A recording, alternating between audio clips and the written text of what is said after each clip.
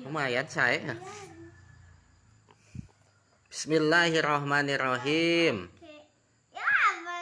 Aladina tegesna jalma-jalma yukadibuna anu ngabohongkeun itu aladina biyaumid dini kana poe babales al jazai tegesna babales. Lapad aladina teh dan seterusnya badalun eta jadi badal au bayanun atawa jadi bayan penjelasan. Badal gaganti bayan penjelasan, bahkan aona tun atawa jadi sifat. Kapanan dina ayat 10 teh Allah teh ngajelaskeun bahwa jalma-jalma anu ngabohongkeun teh bakal asup neraka.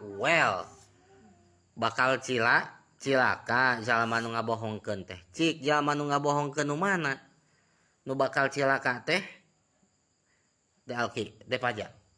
Jalma nu ngabohongkeun kana poe babales kana hari pembalasan. Tegasna mah jalma anu nyebutkeun lah bohong ayana hari pembalasan teh eueuh geus maot mah maot weh. Moal ayana naon deui? Ta jalma nu kitu teh jalma anu ngabohongkeun kana hari pembalasan. Padahal mah geus maot teh urang teh bakal di alam barzah teh, di alam kubur teh, di takonan, ditanyaan ku malaikat munkar nakir teh. Tuluy geus dihudangkeun deui ti alam kubur, dihirupkeun deui ti alam kubur, urang teh bakal dihisab amal perbuatan urang teh nya. Ditimbang tuluy ku Allah dibales amal perbuatan urang teh. In khairon fa khairun wa in saron fa sarun.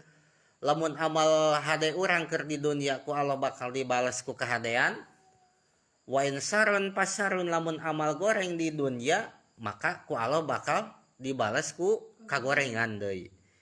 Ta jalma teh aya golongan jalma anu teu percayaeun kana hari pembalasan. Lah geus maot teh moal aya nanaon deui. Nah itu jalma nu kitu teh saur Allah jalma anu jalma anu cilaka dina hartos. Urang teh kudu ngayakinkeun bahwa hari pembalasan teh bakal aya.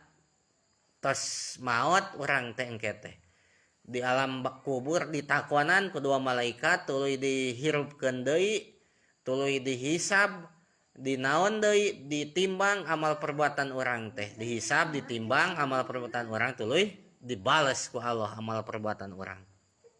Tak kudu ngayakinkeun kitu.